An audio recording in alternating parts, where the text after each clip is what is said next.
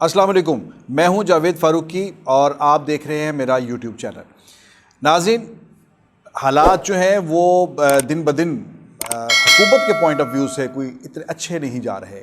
और चीज़ें हैं कि दिन ब दिन ख़राब हो रही हैं। आप मुआशी महाज पर ले लें, सियासी महाज पर ले लें, इदारों के दरमियान ताल्लुकात के हवाले से बात कर लें, कोई इतने अच्छे आसार नहीं हैं हुकूमत के हवाले से। और पाकिस्तान के अंदर अगरचे ये सबसे ज़्यादा यही चीज़ तबसरे में आती है, सुनने में आती है कि हुकूमत अब रहेगी कि जाएगी, लेकिन आज वाकई ये सूरत हाल जो बज़ाहिर नज़र आ रही है वो यही है कि हुकूमत के मामलात कोई इतने अच्छे नहीं हैं। अगर हम मईशत की बात कर लें तो जिस तरह से तेज़ी से रुपए की डिवेल्यूशन हो रही है, पिछले अगरचे चंद दिनों से थोड़ा सा सहारा तो मिला है रुपए को, लेकिन अब भी 170 रुपये का डॉलर उसकी प्राइस है। और पेट्रोल की कीमतें, वज़ीर-ए-आज़म ने तकरीर की, रिलीफ पैकेज की जो स्पीच थी वो बज़ाते ख़ुद एक मजाक बन गई जब अगले ही दिन पेट्रोल की कीमत में 8 रुपये इजाफ़ा कर दिया गया और 140 से भी ऊपर इसकी प्राइस चली गई, 145 से भी ज़्यादा चली गई है। तो आम आदमी तो पिस कर रह गया है, उसकी तो जैसे कहते हैं चीख निकल गई, बल्कि अब तो चीख निकलने की सांस भी वो बाकी नहीं रही उसके अंदर कि वो दुहाई ही दे सके। ये हालात हैं अवामी सतह पर। और किसी शख्स को आप पकड़ लें, आप उससे उसके मुंह से कोई हुकूमत के लिए कलमा खैर हमें सुनने को नहीं मिल रहा। अभी लाहौर के अंदर एक बाई इलेक्शन हो रहा है, उस बाई इलेक्शन में जो चीज़ जो देखने वाली है वो तहरीक इंसाफ की हालत है, तहरीक इंसाफ के सपोर्टर्स की और उसके उम्मीदवारों की, कि तहरीक इंसाफ का उम्मीदवार यहाँ से टेक्निकली नॉकआउट हो गया और उसके ऊपर इतना मजाक उड़ रहा है उनका, और वो उनकी बजाते ख़ुद उनकी बॉडी लैंग्वेज इस कदर मज़का खेज़ है, उनके बयानात इस कदर मज़का खेज़ हैं, जिससे साफ नज़र आ रहा है कि हवा उखड़ गई है और वो ये इलेक्शन लड़ने में संजीदा ही नहीं थे। और शायद कोई कहीं पर कोई ऐसी खिचड़ी पकी जिसमें ये तय पाया कि नेशनल असम्बली का इलेक्शन लड़ना है और जनाब चीमा साहब ने और उनकी अहलिया मोहतरमा ने एक एक नॉमिनेशन पेपर फ़ाइल किया।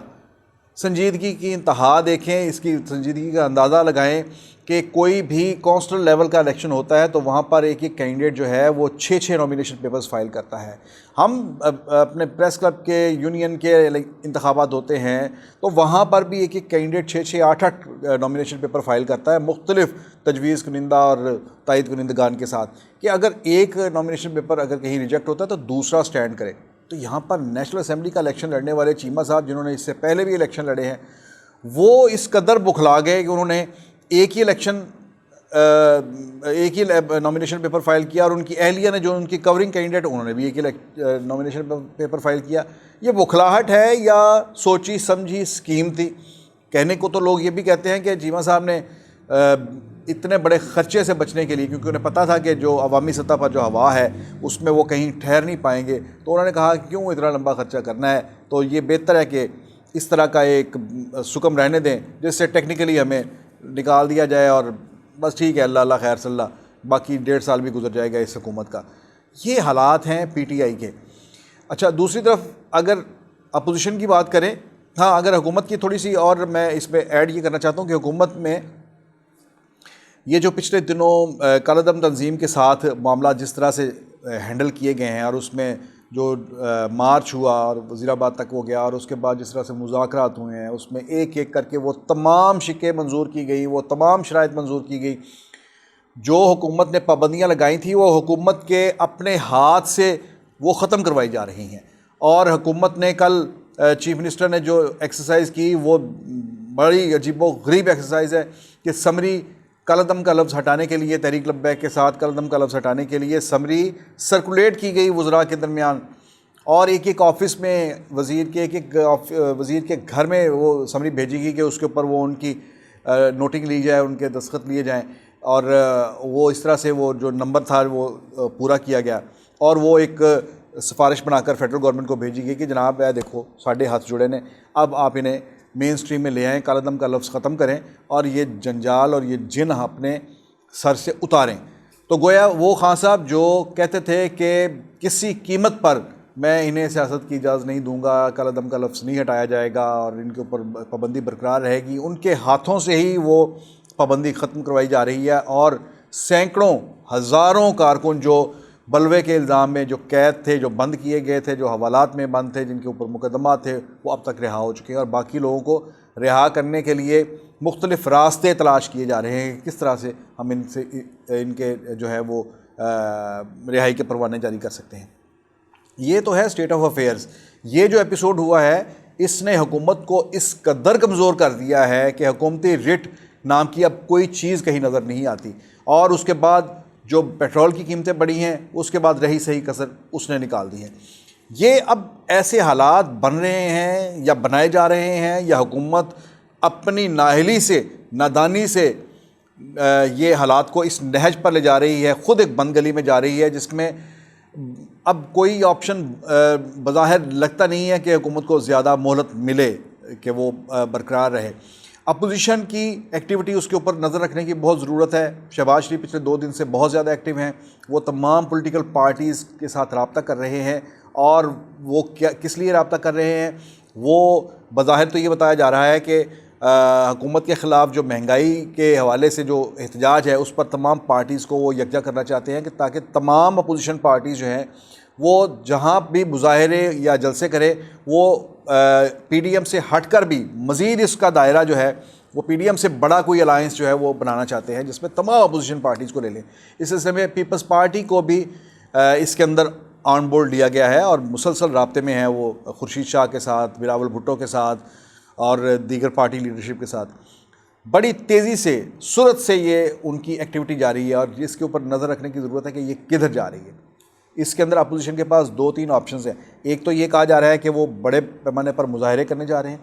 सेकेंडली ये है कि लॉन्ग मार्च की तैयारी हो रही है जिस पे इस लॉन्ग मार्च में PDM जो है वो एक साइड पे रह जाएगा और पीपल्स पार्टी और मुस्लिम लीग नून दोनों फिर इकट्ठे होंगे हुकूमत के ख़िलाफ़। और फिर इसके अलावा अभी कल मैंने राजा परवेज़ अशरफ साहब का इंटरव्यू किया, साबिक़ वज़ीर-ए-आज़म। उनका ये कहना है कि वो इस ऑप्शन पे काम कर रहे हैं कि तहरीक अदम एतमाद लाई जाए। उनका ये ख्याल है और पीपल्स पार्टी का ये ख्याल है कि शायद जो इस्टेब्लिशमेंट है वो इस वक्त न्यूट्रल हो चुकी है और वो ख़ुद इस हुकूमत से जान जो है छुड़ाना चाहती है। तो अब अगर हम तहरीक अदम एतमाद लाएँ तो इस्टेब्लिशमेंट की तरफ से कोई मुदाखलत नहीं होगी और उन्हें ये बहुत एतमाद है अपने ऊपर के एतमाद है कि तहरीक अदम एतमाद में हुकूमती पार्टी जो अलाई पार्टीज़ जो हैं, इत्तेहादी जमातें जो हैं वो भी साथ मिल जाएंगी और नंबर पूरा हो जाएगा और हुकूमत की छुट्टी हो जाएगी। हाँ, अलबत्ता जो काम हो रहा है, जो बातें हो रही हैं, जो पसे पर्दा जो चीज़ें जो जिसके ऊपर काम हो रहा है वो ये है कि तहरीक अदम एतमाद के बाद क्या होगा, क्या सिनेरियो बनेगा, किस किस्म का डिज़ाइन आएगा, क्या बाकी मानदा मुद्दत के लिए हुकूमत तश्कील पाएगी 1.5 साल के लिए या फिर एक हुकूमत आएगी जो सिर्फ इलेक्शन करवाने के लिए आए। ये चीज़ें हैं जो अभी तय होना बाकी हैं। और एक और सबसे इम्पॉर्टेंट बात वो ये है कि इसमें तहरीक अदम एतमाद लाने पर भी अभी तक फ़ाइनल कॉल जो है वो मियां नवाज़ शरीफ और आसिफ अली ज़रदारी की तरफ से आनी है। तो जब वो फ़ाइनल कॉल अगर वो दे देते हैं तो फिर उसके बाद तहरीक अदम एतमाद लाने में कोई तख़ीर नहीं होगी और फिर वो तहरीक अदम एतमाद जो है वो सादिक संजरानी वाली तहरीक अदम एतमाद नहीं होगी बल्कि उसमें से पूरे वोट निकलेंगे बक्सों में से, जिस तरह से खुर्शीद शाह की सेनेट इलेक्शन में कामयाबी के लिए कौमी असम्बली में से पूरे वोट निकले थे। सिंपल मेजॉरिटी से ज़्यादा 10 वोट ज़्यादा खुर्शीद शाह मैं कह रहा हूँ यूसुफ रज़ा गिलानी जब सेनेटर बने हैं तो उन्हें कौमी असम्बली से जिस तरह से अक्सरीती वोट मिल गया था, इसी तरह से ये तहरीक अदम एतमाद जो है इसमें भी अक्सरीती वोट अपोजिशन को मिल जाएगा और हुकूमत का बोरिया बिस्तर